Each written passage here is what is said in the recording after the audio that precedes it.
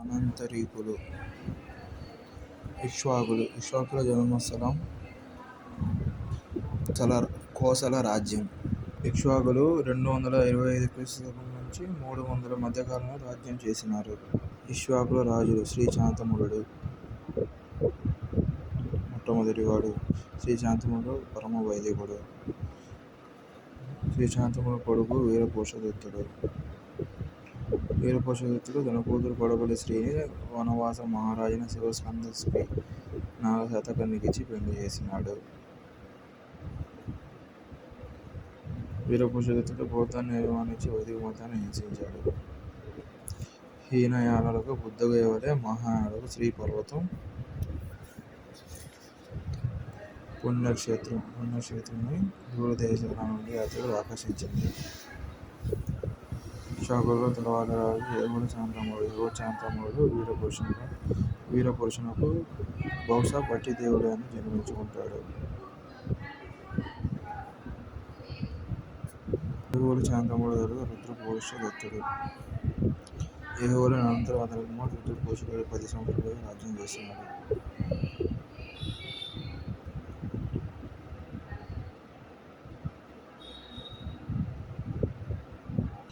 ఇక్ష్వాకు రాజుల తరువాత బృహత్పర్యానుడు.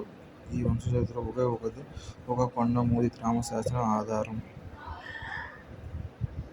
ఒకే రాజును జయవర్మ మహారాజును పేర్కొంటుంది ఈ శాసనం. కొండమూడి గ్రామశాసనం.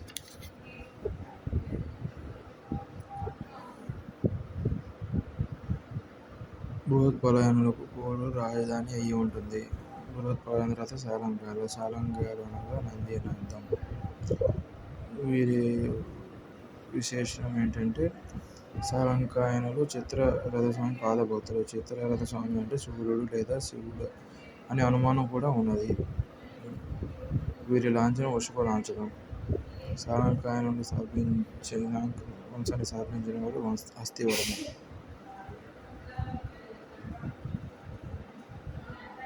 హస్తివర్మ కుమారుడు నందివర్మ.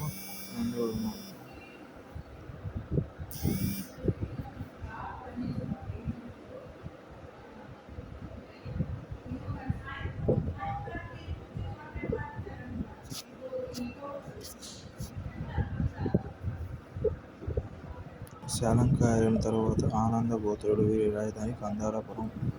కందార రాజచరిత్ర 3 శాసనాల ఆధారాలు. అత్తివర్మ గోరంట్ల త్రామశాసనం. దామోదరవర్మ మట్టపాడి త్రామశాసనం. కందారరాజు దౌహిత్రుని చేజర్ల శిలాశాసనం. మట్టపాడి శాసనంలో హిరణ్య గర్భోదయ దేవోభవ అని దామోదరవర్మ చెప్పుకున్నాడు. అందుచే అత్తివర్మ దామోదరవర్మ తండ్రి అని కానీ పూర్వీకుడని గ్రహించవచ్చు. సాలంకాయనుల తర్వాత విష్ణుకుండి వంశం. విష్ణుకుండి వంశం శాసనాలు ప్రస్తుతానికి 10 లభించినాయి. మొట్టమొదటి గోవిందవర్మ తుమ్మలగూడ శాసనం. మాధవవర్మ ఈపూరు ఖానాపూర్ పొలమూరు త్రామశాసనాలు. వేల్పురి శిలాశాసనం. వీరిని పొలమూరు శాసనం కృతకం అని విశ్వాసయోగ్యం కాదని బలమైన అభిప్రాయం. విష్ణుకొండపదం నల్గొండ జిల్లాకు సాంస్కృతికరం. అది వారి ప్రథమ నివాసం. కీలహారన్ పండితుని సూచన. విష్ణుకుండులు త్రికూట మలయాధిపతులని అమరపురీశ్వరుని చెప్పుకున్నారు. విష్ణుకుండుల కులదైవం శ్రీ పర్వతస్వామి. శ్రీ మల్లికార్జున అన్న కీలహార నిర్ణయాన్ని అభినందించేవారు నేటికీ ఉన్నారు.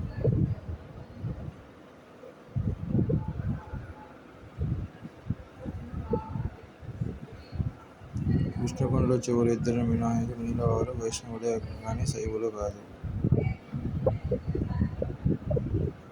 విష్ణుకుండులో బ్రాహ్మణులు అని బ్రహ్మక్షత్ర తేజో యుతులమని వారి శాసనాలు చెప్పుకున్నారు.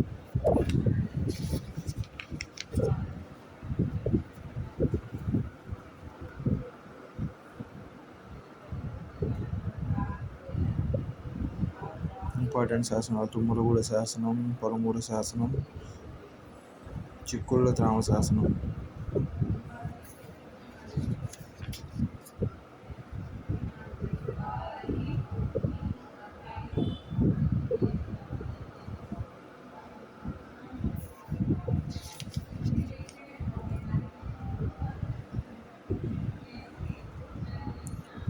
భాషాపురం నాడు ఒక పెద్ద బౌద్ధ క్షేత్రం.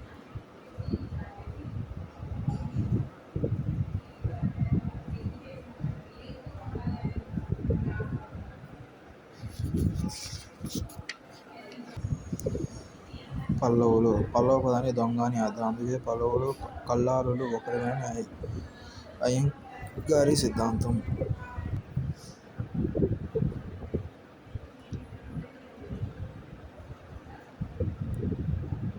సింహవర్మ మంచికల్లు శాసనం ప్రకారం సింహవర్మ పల్లవుల మూల పురుషుడు. ఇతనికి వీర కూర్చ అనే బిరుదు ఉంది.